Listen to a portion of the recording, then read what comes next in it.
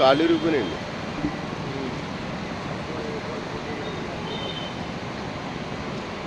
రోజుల సంఘం అండి. ఇలా గొర్రెలు కాసుకొని మేము బతుకుతాము. రాత్రి పాలగూడ నుంచి మా గొర్రెలు బయలుదేరినాయి.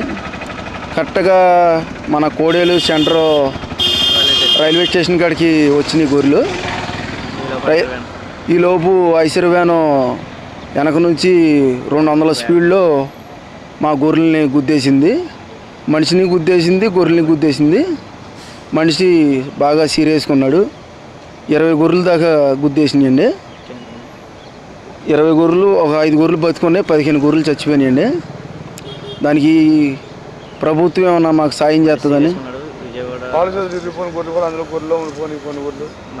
మనిషి కూడా సీరియస్గా ఉన్నాడు. మాకు ప్రభుత్వం ఏమైనా సాయం చేయాలని కోరుకుంటున్నామండి. మనిషి విజయవాడ హాస్పిటల్లో ఉన్నాడు. పేరేంటి? నరసింహుడు పేరు. గొర్రెల కాపరి నరసింహ.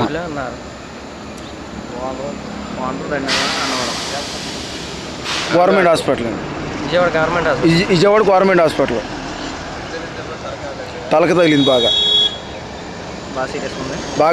బాగా సీరియస్. 2ంటికి అండి, తెల్లారగట్ట 2ంటికి. అటు నుంచి ఢీ కొట్టుకుంటూ వచ్చేస్తున్నాడు. బండి ఆపపోతే ఆపోజిట్ వ్యాన్ ఒకటి అడ్డు పెడితే అప్పుడు ఆపాడు.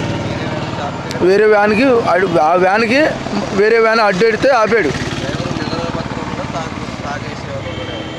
నిద్రమత్తులోనే ఉన్నాడండి. నిద్రమత్తులో నుండి 200 వేగం స్పీడ్ తోలుకొచ్చాడండి బండి. స్టేషన్ కాడ ఉన్నారండి.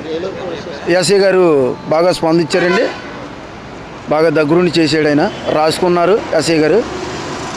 అలా చేస్తాడనుకోలేదండి మా యాదవరాజుల గారికి. ఆయన 1 టౌన్ అండి, 2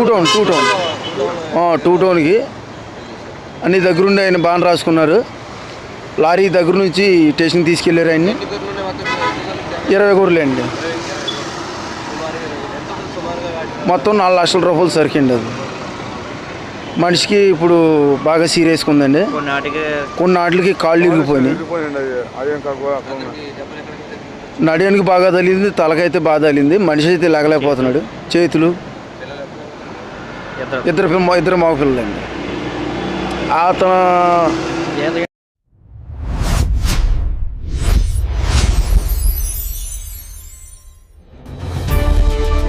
ఏలూరు